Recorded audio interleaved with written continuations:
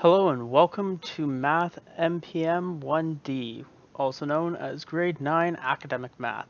I will be your instructor for the month, and my name is Mr. Fodimer. All my information is on D2L, and that's what we will be using for the term, I guess. I will be trying to do as many videos as I can. I'm trying to do video for each unit that we are tackling. It will be something like this.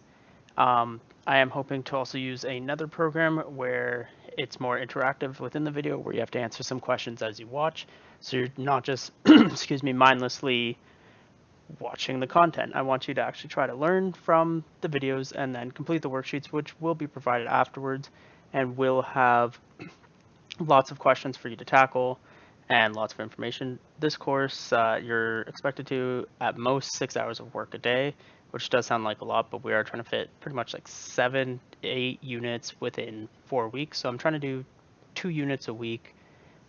Starting the first week a bit easier because we're doing a review refresh to be 1 unit, which is really just tackling some basic things like solving equations, or at least looking at fractions and how we work along with fractions and different BEDMAS tools, just so we're comfortable with that, because we will be using it throughout the course quite a bit.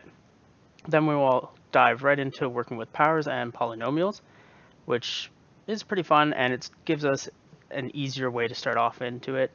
I'm available 8:30 to 5 every day, Monday to Friday. However, I'm one of those people who always has their phone on them and is willing to answer questions at pretty much any time I'm available. So don't hesitate to email. Chances are I will be able to email back. If I don't, and it's outside of the times I explained to you, I do apologize. I'll get back to you as soon as I can. I do, I guess, kind of have a life outside this-ish. Quarantine is a whole mess. But yeah, so that's kind of what you can expect. I'm hoping to put another video out before this one goes live, just to talk about what's going on this term and how I want to have some video calls and stuff like that. But let's get started with this one. So the first bit is review and refresh, and as I said, we are going to start with our fractions. So let's just get our pen going here. Gonna need to move this off to the side for me. There we go. All right, check the thickness because my writing is not great, so I'm sorry, bear with me. Alrighty. I'm also got new tools so I could do this, so I'm not used to that just yet.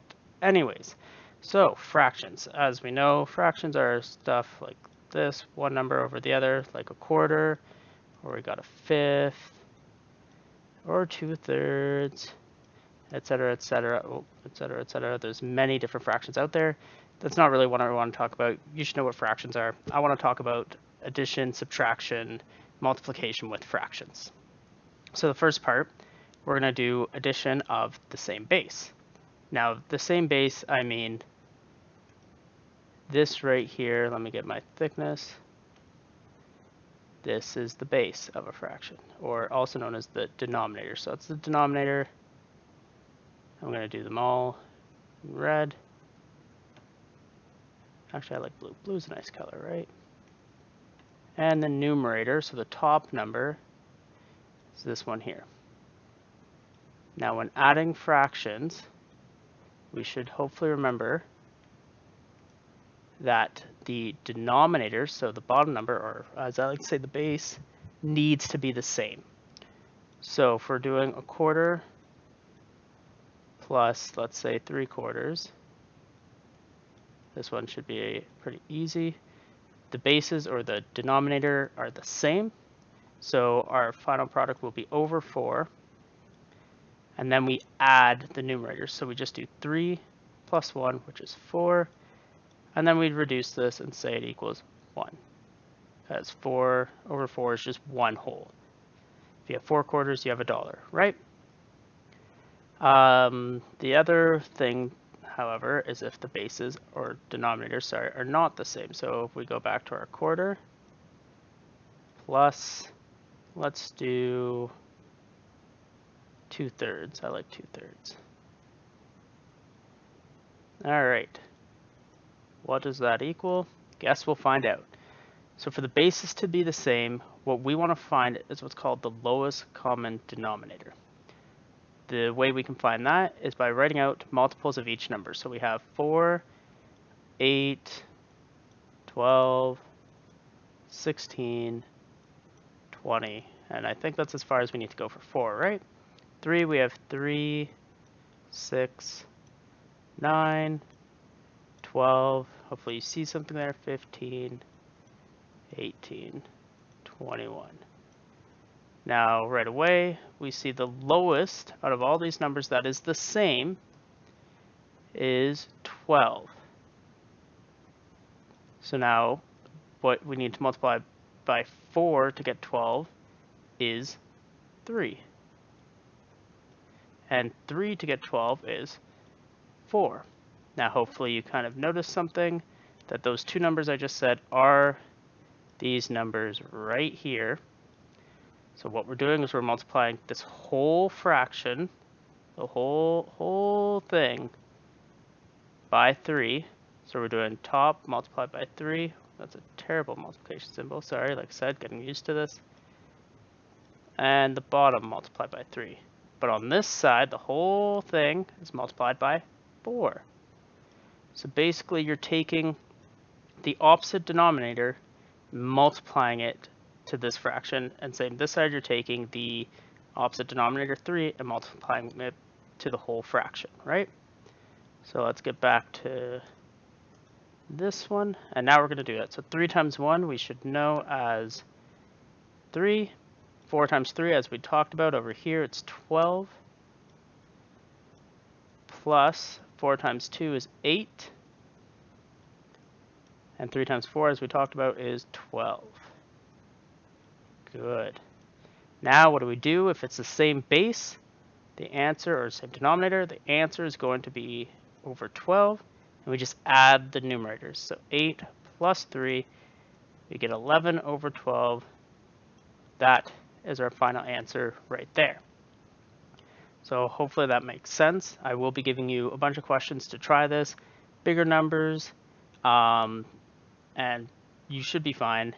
The other thing to note is that if our final answer, like right here, let's say we had, let's say this ended up being a 2 somehow. Yeah, let's do 2. Actually, 4 would have been fine. 4, no, because that's too easy for us. I like 2. We're just going to say, let's say this was a 2, and you do 8 plus 2, which we know is 10. Now with that, this can be reduced more. So anytime we finish, like we find our answer, we need to put it in lowest common terms.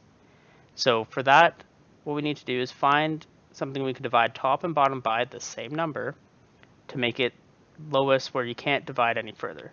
So the first one I see, like I normally like to just start with 2. I find it's the easiest way. If you don't see it right away, 2 is your best bet. So you divide, as long as they're both even numbers, obviously, sorry. Divide both by 2, and we get 5 over 6. The only multiples of 6 are 2, 3, 1, and 6. And 5 is just 1 and 5, all right? So we can't reduce this any further. This would be our final answer. Okay, I'm going to put that somewhere else so we can see it permanently, but I just wanted to quickly review that so we don't get confused when you tackle that in your worksheets. So if we had,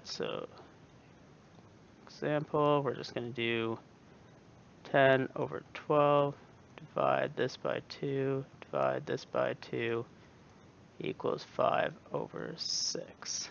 So this is just a side note. Alrighty, so that's adding fractions, different bases. You will have lots of practice with that. Should be too much trouble with that, right? Let's go give us some more space.